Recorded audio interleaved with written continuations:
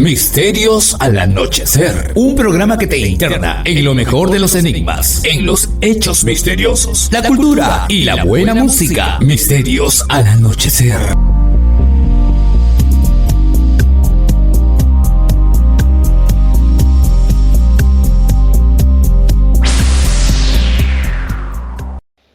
¿Qué tal, amigos? ¿Cómo están? Aquí nuevamente en Misterios al Anochecer con su amigo Fernando Chapi Martínez y también, por supuesto, con un invitado que ha estado ya en anteriores ocasiones. Él es José Antonio Caravaca, tiene un blog y sobre todo tiene una amplia bibliografía sobre lo que se ha dado en denominar, lo que él ha denominado, mejor dicho, como la teoría de la distorsión, para explicar lo que serían encuentros con seres que para muchos son pretendidamente de otros mundos, pero él les aplica una serie, digamos, de tamices y tiene, por supuesto, otras conclusiones al respecto que están más relacionadas a factores que están, digamos, por la senda del individuo, ¿no? Y también, por supuesto, de lo externo, pero no de origen extraterrestre. ¿Qué tal? ¿Cómo estás, José Antonio? Bienvenido a Misterios al Anochecer una vez más. Hola Fernando, ¿qué tal? Pues encantado de estar aquí contigo. El gusto es mío, amigo.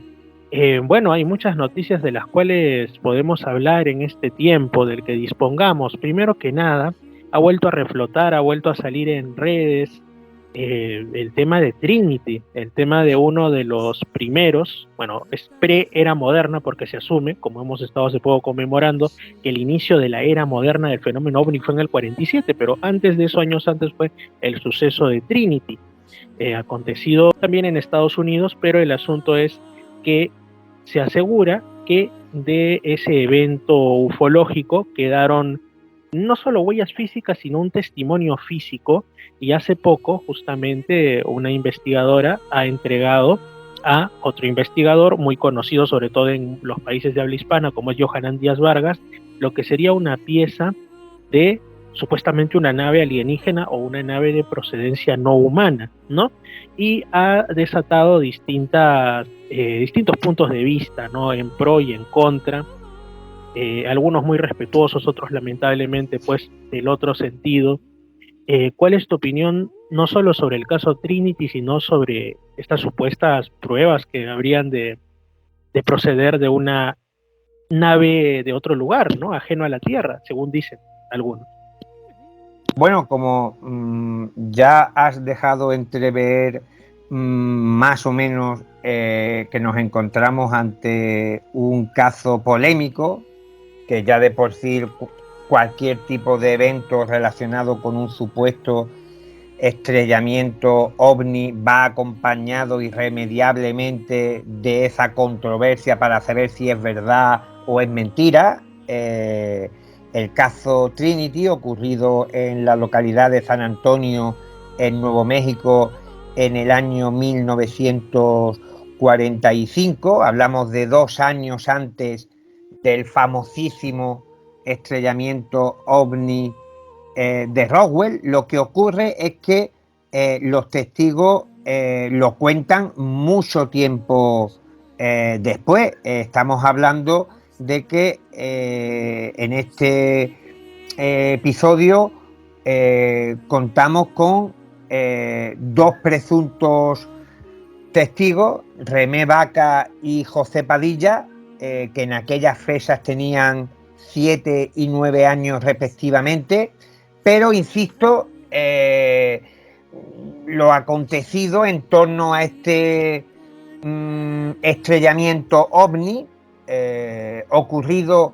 muy cerca de donde se prueba la primera bomba nuclear, de ahí el nombre de Trinity, pues claro, arroja también cierto halo de sospecha, como que estas 2 personas pues no hubieran comentado nada hasta la edad de 60 años. O sea que estamos hablando ahí de un plazo de tiempo que no sabemos muy bien cómo ubicar esta posible realidad, y más aún cuando ellos afirman que no solamente escucharon el estruendo que provocó el objeto al colisionar con el terreno, con el desierto, sino que ellos vieron de cerca aquello, estuvieron dentro del platillo volante, que en este particular incidente tenía forma de aguacate,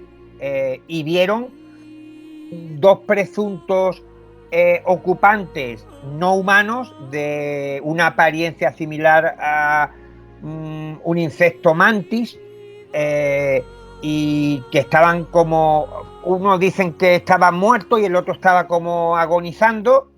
y fueron a ver el sitio del estrellamiento,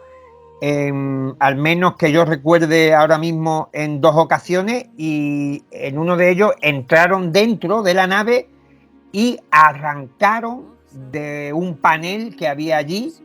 una pieza que es la que ellos utilizaron posteriormente para acoplarla a una estructura, a un molino que tenían en su rancho o en su propiedad, y que solamente después, cuando volvieron a hablar del asunto, pues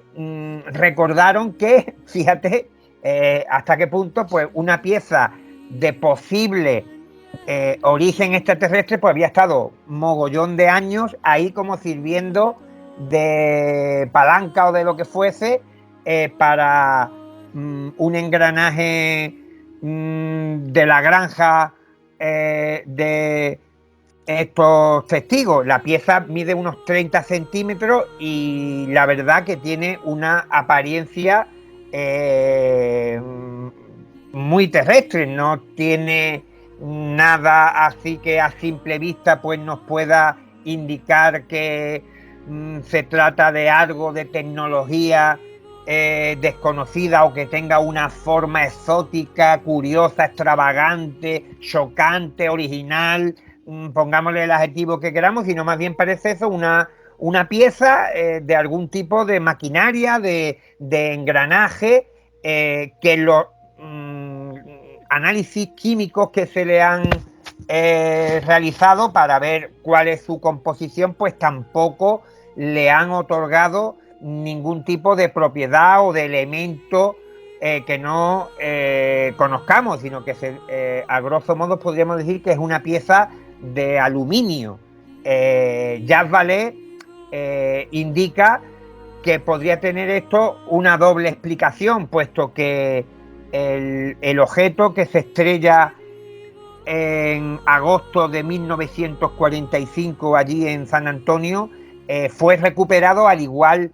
que el platillo volante de Roswell, por militares que despliegan allí una serie de soldados y de tropas para asegurar y preservar el lugar para que ningún curioso pudiera penetrar y ver lo que allí había, pero estos dos niños pues se saltaban el control y tenían una capacidad como la de Tom Cruise en Misión Imposible para no solamente traspasar el cordón de seguridad, sino entrar dentro de la nave y arrancar ese trozo. Entonces, Vallée especula que a lo mejor, porque decían también que habían colocado una serie de instrumental y de diferente material por parte del ejército allí, entonces tampoco se descarta que aquello fuese una pieza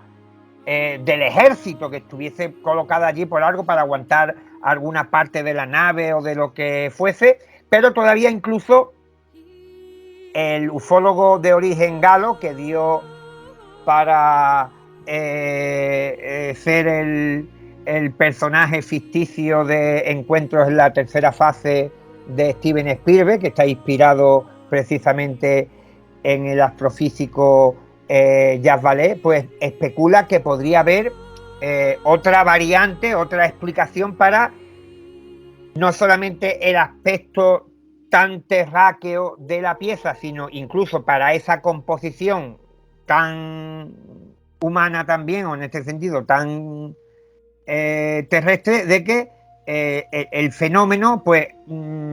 establece algún tipo de comunicación no solamente a través del verbo, de la palabra, sino a través también de las imágenes y de las cosas que nos deja sobre el terreno, porque aquí también entraríamos en un terreno resbaladizo el intentar comprender cómo una hipotética civilización alienígena llega a la Tierra y su nave, su vehículo, tiene un accidente o tiene algún fallo mecánico y se estrella y no parece que hay ningún tipo de respuesta ni para recuperarlo antes de que los humanos nos hagamos con él y de por sí también como una ciencia tan avanzada como para poder atravesar el cosmos o incluso llegar aquí a través de puertas dimensionales, pues que a última hora pues tenga ese problemilla y dé con los huesos aquí los pobres tripulantes y ocupantes y fallezcan. Y claro, pues Vallée ahí deja también un poco la puerta abierta para de alguna manera también enlazar este episodio concreto de la ufología más de tuercas y tornillos, más pegada a la hipótesis extraterrestre, para que tenga también algún tipo de unión con su sistema de control, porque si por algo destaca la trayectoria de Jacques Vallée es por separarse en el lejano 1969 del siglo pasado de su pensamiento de que este tipo de fenómenos, de observaciones, estuvieran provocadas por la visita a nuestro planeta por parte de seres extraterrestres, e incluso se había mostrado siempre bastante escéptico ante la posibilidad de que una de estas naves, de estos ovnis, de estos platillos volantes, UAPs, como los llaman ahora, pues se pudiera estrellar. Y por eso él habla de que quizás aquí se establece algún tipo de metalenguaje, de metacomunicación, que lo hacen a través de ciertos elementos que puedan ser reconocibles por el ser humano, que ayudan de alguna manera también a la comprensión de lo que puede haber detrás de este tipo de apariciones con este tipo de elementos que están muy cerca de lo que es nuestra propia tecnología, pero obviamente al margen de que este tipo de interpretación o lectura de una pieza supuestamente alienígena creo que es bastante difusa, cuanto menos la propia historia, los testimonios que apoyan el relato de Trinity, del ovni estrellado en San Antonio en el año 1945, pues hay investigadores como Douglas Dean Johnson que han publicado en internet un artículo, un trabajo bastante extenso donde mencionan los puntos que no sostienen el relato, el testimonio de Reme Vaca y José Padilla. Recuerdo 2 niños con 7 y 9 años que tienen esa aventura en el verano de 1945 y no es hasta bastante tiempo después, casi yo creo medio siglo, al menos medio siglo después, cuando hablan abiertamente de lo que les ha ocurrido. Actualmente la pieza estaba en propiedad de Paola Harry, que es una investigadora de origen italiano, que ha publicado, que no lo hemos dicho, un libro conjuntamente con Jacques Vallée titulado Trinity, hablando de sus investigaciones y pesquisas en torno a este increíble evento, y se las ha cedido a Jaime Maussan para que la vuelva a analizar, para que les haga un estudio más en profundidad para ver si pueden extraer algún dato, alguna información que nos saque un poco, iba a decir de la duda, pero tú lo has comentado que en internet mayoritariamente la opinión que hay sobre la naturaleza de esta particular pieza supuestamente alienígena, pues no es muy a favor. Lo que ocurre que no podemos olvidar que un personaje, un investigador, un estudioso de la talla de Jacques Vallée, que lleva, creo yo, casi 70 años al menos investigando el fenómeno ovni, o quizás un poco menos, pero rondando ya esta cifra, pues le otorga un margen y cierta respetabilidad. Sus opiniones, sus investigaciones siempre son tenidas en cuenta, y somos muchos los que hemos seguido la trayectoria de Vallée, que elevamos un poco las cejas cuando nos enteramos que se había metido en este tipo de estudios, cuando personalmente él, desde hace bastante tiempo, aunque siempre ha jugado un poco todavía a mantener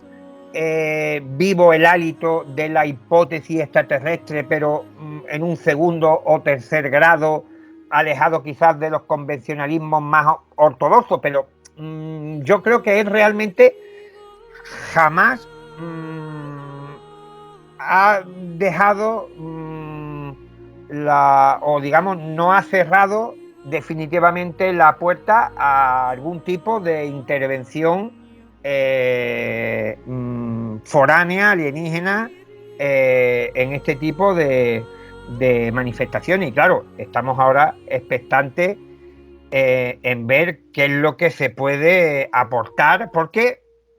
tampoco vamos a descubrir la pólvora de que Jaime Maussan, a ver cómo lo digo para no enfadar a mucha gente, no es el adalid precisamente de la pulcritud, de la exactitud, del buen hacer y el de no dejarse llevar por sus emociones más primitivas. Y lo vamos a dejar ahí, porque ya sabes que esto suele acarrear. Yo creo que si la pieza puede tener algún tipo de interés, que puede tenerla, no creo que sea el depositario más fiable para comunicar ningún tipo de descubrimiento o de análisis, porque inmediatamente se va a poner en tela de cuestión, porque personalmente ya tuve una experiencia de proximidad con el amigo Jaime Maussan en torno a las también famosas diapositivas de Roswell, y aún con las pruebas delante, donde se confirmaba al 100% que esas presuntas fotografías, diapositivas de lo que ellos vendían como un ser de otro planeta, de uno de los ocupantes de la nave del platillo volante de Roswell, era en realidad los restos mortales de un indígena, de un niño aborigen norteamericano. Y ya la audiencia, a pocas palabras, buen entendedor, ya sabe entender por dónde puede ir la cuestión, pues con toda la gran cantidad de material que publicamos en su fecha, demostrando fehacientemente, sin error, sin margen de duda o incertidumbre, de que aquello era así y que no había de dónde rascar más, y él, R, y presentando, que para mí es, digamos, el gran hándicap, lo que puede de alguna manera contaminar cualquier tipo de aporte que pueda realizar el bueno de Jaime Maussan. Él continuaba presentando informes médicos y periciales que señalaban que aquel cuerpo seguía siendo, solamente para él y para sus expertos, como de origen extraterrestre, vamos, que se cubrió de gloria. Sí, así es, exactamente. Sí recuerdo bien esa foto, que cuando le hicieron las necesarias digitalizaciones, acercamientos y demás, había un pequeño cartel donde indicaba que pertenecía, claro, si no me equivoco, a un museo. Claro, el cartel lo desciframos en el grupo en el que yo participaba, que estuvimos realizando una investigación paralela a la que estaba desarrollando Jaime Maussan, y aunque los ufólogos norteamericanos, estoy hablando ya de memoria porque es un asunto que he querido borrar de mi memoria, pero los americanos tuvieron, creo recordar, más de un año trabajando en la posibilidad de enfocar y leer el contenido del cartelito que había en los pies de esta momia. Lo digo con respeto, puesto que era el cuerpo de un niño aborigen norteamericano, y no había manera, según ellos, de acceder a un enfoque lo bastante diáfano para leer lo que había en la nota. Y nosotros, en nuestro grupo, con nuestro experto en informática francés, Nap Laptor, que era su nombre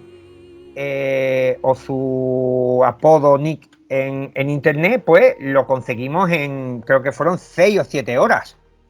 Lo que no hicieron en más de un año con pruebas periciales que decían que estaban realizando, pues nosotros lo hicimos, lo publicamos en internet de forma gratuita, hicimos incluso un tutorial que colgamos en YouTube para que cualquier persona, cualquier estudioso, cualquier investigador, cualquier interesado pudiera replicarlo en su casa. Dijimos el nombre del programa que habíamos utilizado, que también era de fácil acceso para todos los usuarios, y pusimos todas las herramientas, toda la información, toda la fotografía, todos nuestros informes de manera gratuita y pública en internet, en redes sociales, para que al mismo tiempo que nosotros realizábamos estos avances y estos descubrimientos, pues fueran también de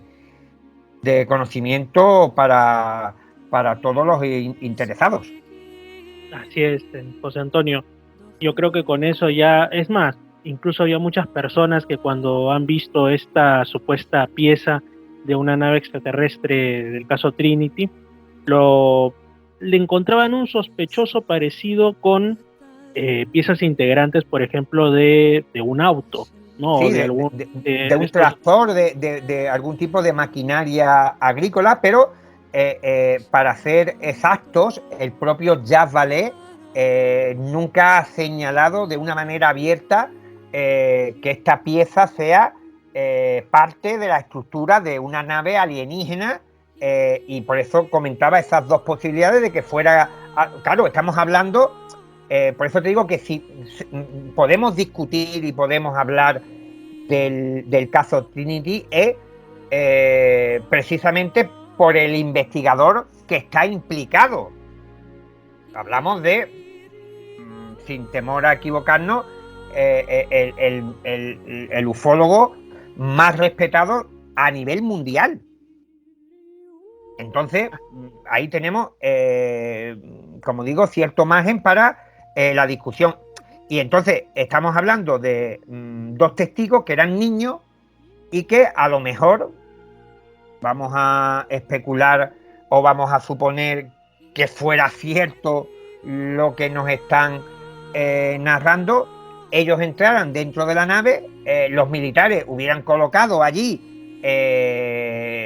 material también técnico de su pertenencia, y los niños pues a lo mejor no sabían distinguir de una parte o de otra, vieron una pieza que ellos dicen que la arrancaron de uno de los paneles. Lo cual es raro, ¿no? Porque para ser dos niños tan pequeños, claro, tener la fuerza para arrancar algo que esté firmemente asido. Hombre, dicen dicen que hay algunos niños que son muy terremotos y que son capaces de hacer grandes destrozos, pero vamos a dejar, digamos, un poco ahí el margen de que es cierto de que Jacques Vallée ha indicado esto, de que esas dos posibilidades las contempla. Por un lado, que la pieza pertenezca a la maquinaria, a los dispositivos que desplegaran allí los militares o científicos norteamericanos que estaban analizando o estaban haciendo cualquier tipo de labor dentro de la nave o en el exterior, en este caso de la zona del interior, o que entrando ya más dentro, para todos los que nos están escuchando y estén familiarizados con el sistema de control, pues aquí habla de ese comportamiento entre absurdo e incomprensible que tiene muchas veces el fenómeno de querer mostrarse, pero sin dar demasiadas evidencias de su realidad, de su existencia como fenómeno no humano o no terrestre, y por eso entrega tanto una pieza que tiene una aleación, un componente de aluminio, que no tiene un elemento X, pero curiosamente, y también es otro dato a tener en cuenta, que yo no sé si es para confundirnos más o para de alguna manera trazar una línea de investigación, otros materiales supuestamente recogidos de ovnis, de objetos que han explosionado en el aire y que han dejado tras su paso como una lluvia, pues algún tipo de resto metálico que ha podido ser recuperado por los testigos. En los análisis pues también ha salido a relucir siempre algún tipo de aleación de aluminio. Y claro, Jacques Vallée ahí encuentra un perfecto caldo de cultivo para su sistema de control, para ese tipo de metaconciencia, de metainteligencia, que a través de unos códigos, de un intercambio físico de elementos para establecer un contacto, vete tú a saber para qué y de qué forma, ya no entraríamos dentro de lo que se podría considerar como una nave alienígena 100% de origen extraterrestre que ha llegado a nuestro planeta, incluso ya enlazando también con todo lo que ha generado y con todo lo que se está produciendo en los Estados Unidos en torno a la información OVNI UAP, que desde el 2017 hasta aquí es un auténtico tsunami. Leslie King, la responsable de todo una de las responsables de este entuerto con esa fantástica exclusiva que publicó en el New York Times en 2017, anunciando y denunciando de que el gobierno de los Estados Unidos, el Departamento de Defensa, estaba destinando 22 millones de dólares de forma opaca, de forma irrastreable, para el estudio del fenómeno OVNI. Pues para no irme mucho por las ramas, que hoy estoy un poco como el abuelo Cebolleta, Leslie King, cuando le han preguntado en algún medio de comunicación por el asunto de los metamateriales, que si esto podría ser algún tipo de prueba o de evidencia por digamos, las sospechas que hay de que en algún sector del gobierno norteamericano pues haya restos guardados de algún tipo de nave o artilugio alienígena, y que si esto pudiera ser, digamos, como esa pieza que nos falta en el puzzle, el santo grial para decir los extraterrestres están aquí. Pues claro, pues ya la Leslie King lo ha liado un poco más, pues diciendo de que quizás eso sea demasiado simple, que el fenómeno OVNI es más complejo y que habría que valorar también otro tipo de explicación. Y claro, ya hay la gente especula de que si se está refiriendo a que hablamos de inteligencia de otras dimensiones, de algún tipo de manipulación, de ese sistema de control de que habla Jacques Vallée, pero no deja de ser sintomático que algunos de los que más saben del tema OVNI, UAP, en los Estados Unidos, tanto por parte de los investigadores como de esas fuentes que están hablando, al parecer más de la cuenta, pues están indicando que lo extraterrestre se queda como corto para explicar esa gran extrañeza que hay implícita en la manifestación, en los incidentes que están investigando, y sobre todo si esto se sigue cumpliendo, aun teniendo, vamos a dar ahí un crédito de credibilidad a todas estas informaciones por un momento, de que tienen piezas, trozos, incluso naves enteras e intactas, y todavía no es tan seguro que esto sea de procedencia extraterrestre, pues ojito, nos hallamos ante un precipicio que a ver dónde nos puede conducir, porque si antes estábamos deseando tener algún tipo de evidencia física palpable que ya nos pudiera sacar de duda sobre la naturaleza de estas apariciones que llevamos más de 70 años investigando, y aún teniéndolas, aún analizándolas, pues estamos especulando más allá ya de la hipótesis extraterrestre, pues hombre, para mí bienvenido sea, porque daría margen de beneplácito a la teoría de la distorsión y otro tipo de planteamientos que van en este sentido, pero vamos a dejarlo ahí por el momento. Misterios al anochecer. Un programa que te interna en lo mejor de los enigmas, en los hechos misteriosos, la cultura y la buena música. Misterios al anochecer.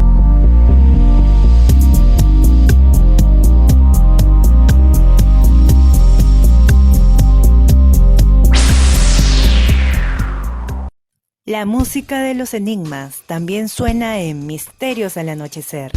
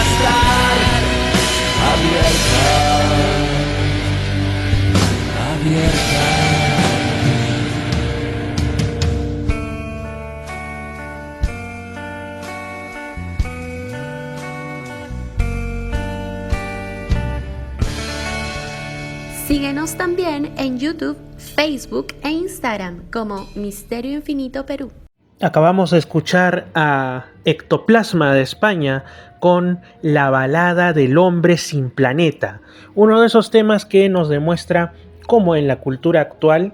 el tema ovni, incluso a veces de manera divertida, jocosa, está integrado ya plenamente en las manifestaciones como pueden ser la música, el arte, las películas, y no solamente el fenómeno ovni como tal, sino también otros términos que antes se nos antojaban incluso hasta lejanos para muchos, ¿no? Como puede ser hablar de portales dimensionales, de fracturas en el continuo del espacio-tiempo, y este tipo de asuntos que ahora hasta forman parte de las conversaciones en un café. Se han vuelto más masivas en cuanto a su difusión, independientemente de que pues sean, digamos, adecuadamente comprendidas por la mayoría de las personas, por el gran público. Justamente estaba en el cine hace unos días viendo la más reciente película de la franquicia Indiana Jones, ¿no? La más reciente aparición de Harrison Ford, que además fue postergada bastante por el tema de la pandemia, el confinamiento y todo esto en pasados años, pero ya salió y según muchos está teniendo un abrumador fracaso en cuanto a las ganancias, en cuanto a la taquilla, no solamente en el caso de Perú, sino en general a nivel mundial, quizá por esta deriva que ha tenido la franquicia, ¿no? En los últimos años. Anteriormente estaba lo de la calavera de cristal, que realmente fue un intento bastante cuestionado de integrar el universo de Indiana Jones con cuestiones de tipo extraterrestre, ¿no? Además de imprecisiones geográficas que, bueno, se pueden tomar como licencias artísticas, entre comillas, aunque a más de uno le incomodaron, yo incluido. Y la de ahora, pues, digamos que incide más en el asunto de los viajes en el tiempo mediante perturbaciones, ¿no? Digamos agujeros de gusano, dirían algunos, o portales, ¿no? Entre tiempos, y aparece ahí desde digamos personajes de la Segunda Guerra Mundial hasta incluso el propio Arquímedes, lo cual parece que ya ha sobrepasado las expectativas en cuanto a ciencia ficción y muchos dijeron ya esto es demasiado irreal, así que pues la taquilla lo ha reflejado, ¿no? Pero nos revela, si lo vemos en frío, cómo está integrado, como digo, en el universo personal de la cultura actual estos temas, ¿no? Justamente también me recuerda que estaba dándole la enésima lectura a un muy buen libro del autor español Javier Sierra, no solamente autor de libros, sino también investigador, difusor, conferencista, escritor de temas del misterio.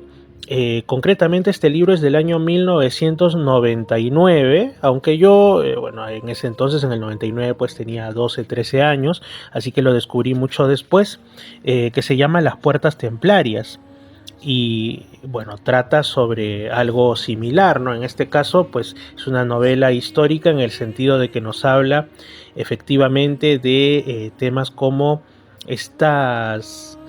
cuestiones simbólicas aparentemente, para muchos, para los más ortodoxos simplemente artísticas, que hay en ciertas catedrales y emplazamientos de poder, emplazamientos religiosos, sobre todo en la Edad Media, en Europa principalmente, ¿no? Y en este caso se centran en Francia, y que desde la perspectiva del autor, como digo, se trata de una novela, serían una especie de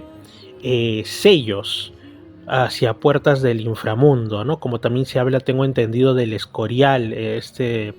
majestuoso emplazamiento religioso en España. Bueno, en el caso de Francia se habla de distintas catedrales en las cuales pues una especie de cofradía, ¿no?, de guardianes de este tipo de lugares, para evitar que salgan fuerzas negativas de los mismos, habrían construido catedrales, iglesias, siguiendo también la forma de distintas constelaciones como la Osa Mayor, como Virgo, para digamos que todo esté tranquilo, ¿no? Entonces de eso versa este libro, que aunque, como digo, tiene ya bastantes años, es definitivamente muy actual, y sobre todo tiene fotografías, tiene planos, Y el propio autor menciona pues que no se trata simplemente de una obra de ficción, y a mí me consta porque tiene abundantes datos, como digo, históricos, de lugares y demás, que lo hacen verdaderamente una novela riquísima, una novela histórica, así se le podría clasificar en parte. Pero bueno, para encontrar misterio no tenemos que irnos necesariamente a la literatura, ya que el fenómeno ovni, por ejemplo, ha estado presente en la historia de la humanidad, como lo mencioné y siempre lo digo en anteriores programas, desde mucho tiempo atrás, siglos, milenios para algunos, incluso desde que el ser humano recién empezaba a caminar sobre la faz de la Tierra, ¿no? Por ejemplo, estaba buscando una información y lo que encontré fue muy interesante, el caso de un objeto volador no identificado, diríamos hoy, o en todo caso un enigma en los cielos, en este caso de España, en el siglo XV. Y los testigos en este caso no fueron pues cualquier persona, como quien dice, sino alguien de alta fiabilidad, como se trata en realidad de, del rey Juan II de Castilla y su corte, que estaban en ese momento pues en 1433, faltaban todavía décadas para el llamado descubrimiento del Nuevo Mundo de América, estaban pues dirigiéndose desde Salamanca hasta Madrid. Y fue ese 5 de enero de 1433, además una fecha muy simbólica porque es inmediatamente anterior al 6, que es pues la festividad de los Reyes Magos, que como sabemos, ya sea por creencia religiosa o ya sea por tradición y cultura, están ligados a una misteriosa estrella que los ligó con el nacimiento de Cristo, la estrella de Belén que los guió, ¿no? Pues bien, justamente ese 5 de enero de 1433, quien se refiere a este fenómeno en 2 cartas es el bachiller Fernán Gómez de Ciudad Real, ¿no? Una de estas cartas la dirigió al capellán mayor don Pedro López de Miranda y otra a un famoso poeta de la época, Juan de Mena, que entonces estaba recopilando datos para componer una crónica del reinado del mencionado Juan II. Vamos a intentar resumir cómo lo refirió este personaje. Bueno, en una de sus cartas él menciona que lo que vieron fue en una parte del cielo y dirigiéndose hacia la otra parte del firmamento una gran flama de fuego amarillo que dentro de sí tenía una especie de raíz negra, y los cabos de toda ella, o sea la cola, eran más blanquecinos que la mitad, y se despidió con un gran tronido, es decir, con un sonido similar a un trueno, que hizo que los rocines y las mulas, o sea, los caballos y las mulas, corrieran de pavor, al tal punto que la mula que ocupaba el mencionado personaje empezó a correr pues hasta no parar, y esto ocasionó un gran problema. Digamos que cundió el pánico, el espanto ante esta luminaria, y bueno, después de consultarlo y todo, llegaron a la conclusión de que no podía tratarse de, textualmente, de la natura de los cometas que Aristóteles llama, porque no sería movible en tanta manera, ni en ninguna ni se finiría con tronido. Es decir que, contrariamente a lo que muchos pueden pensar, los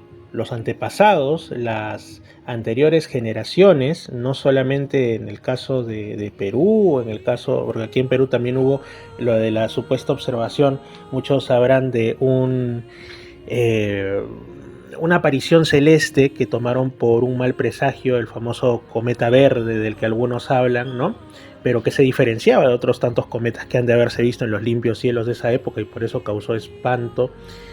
por parte de Atahualpa, ¿no? Dicen, y que habría anunciado el final del imperio de los incas. Bueno, en otras partes del mundo, como en España, también sabían diferenciar claramente de lo que era un cometa, de lo que era pues una estrella fugaz. Quizá no comprendían su verdadera naturaleza, pero hasta cierto punto estaban habituados y les podían llamar la atención medianamente, pero se daban cuenta cuando había algo que escapaba de esa cuestión usual, vamos a llamarle, ¿no?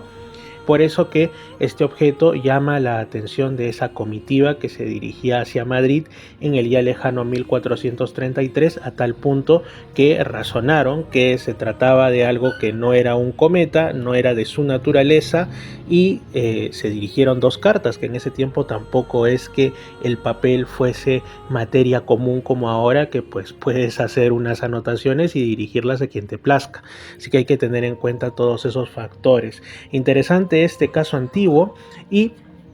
casos así ahora son encasillados como provenientes de posibles inteligencias extrahumanas. Muy aparte de eso, hay otros casos que tienen solución y bastante rápida, como lo acontecido días atrás sobre los distritos litorales de la ciudad de Lima. Se ha estado mencionando, por ejemplo, la aparición de un anillo negruzco, ¿no?, sobre distritos como Miraflores, Barranco, Chorrillos y Surco, que al principio muchos pues lo tomaban como un suceso único y anómalo, pero que también ha pasado en otros lugares como Barranca Bermeja en Colombia en años anteriores, en Rusia este mismo año y en Argentina en otra ocasión, y ya se ha solucionado eso. En esas ocasiones se trató de desechos, de contaminación, ya sea de alguna festividad donde hay quema de algún tipo de cuestión, o de fábricas, y bueno, esto llega a la atmósfera, los vientos la trasladan y se condensan de algún momento, de alguna forma, debido a que hay abundante humedad en el ambiente, lo cual sabemos que en Lima, y más aún en la zona litoral de Lima, nunca falta. Ahora, si en las cercanías ha habido quema de algo, o si se trata de algo que es llevado desde las fábricas que hay en los alrededores de Lima, que puede ser que el viento choque con las estribaciones andinas del este de la ciudad y vaya en sentido contrario hacia el mar, eso es algo que podría también darse. Pero no todo lo que se observa en los cielos es un misterio, no todo es ni un portal dimensional, ni una cuestión relacionada al fenómeno ovni. Siempre debemos tener cabeza fría antes de pensar en las explicaciones más extraordinarias. Así es, amigos. Bueno, también hay otras noticias bastante interesantes, y estas sí que son inquietantes, como anomalías, por ejemplo, en cuanto al suministro de agua, sequías en lugares como Montevideo, en Uruguay, donde, como nunca había pasado en tantos años, se dice que se están quedando sin agua la ciudad. O sea, una ciudad capital de un estado podría quedarse enteramente sin agua, quién sabe por cuánto tiempo. En ya nada, quizá en lo que estoy emitiendo este programa o en días siguientes, si no ocurre verdaderamente un milagro, si no empieza a llover, aunque parece indicar el clima que el tiempo en este momento que no, quizá no sea así, desgraciadamente. Y por otro lado, también una actividad solar que se toma como particularmente anómala, y bueno, cuando hay este tipo de cuestiones en el Sol, aún no está adecuadamente estudiadas las consecuencias que pueden traer en la Tierra, sobre todo en cuestiones como las comunicaciones, afectaciones en las emisiones de radio, en la señal celular e incluso en la corriente eléctrica. De hecho, cuando aún en la Tierra la máxima tecnología eran los telégrafos, mucho tiempo atrás ya hubo un evento que aconteció. Se quemaron las redes de telégrafos en todo el mundo debido a unas llamaradas solares invisibles. No es que se vieran flamas de fuego desde la Tierra, pero lo suficientemente reales como para causar esos auténticos destrozos y todo ese pavor de una humanidad que empezaba a estar intercomunicada. Así es, amigos, el misterio nos acoge hasta cuando no nos damos cuenta, y vivimos en un universo en donde el cambio es lo único constante y certero. Un fuerte abrazo, amigos. Hemos culminado por hoy con Misterios al Anochecer. Nos reencontramos el siguiente fin de semana. Les mando un gran abrazo, que Dios los bendiga y que tengan una excelente semana. Un amigo, Fernando Chapi Martínez, se despide, y los invito también a ir a Misterio Infinito Perú, mi canal de YouTube, y también tiene cuenta de Instagram. Chao, buenas noches. Síguenos también en YouTube, Facebook e Instagram como Misterio Infinito Perú.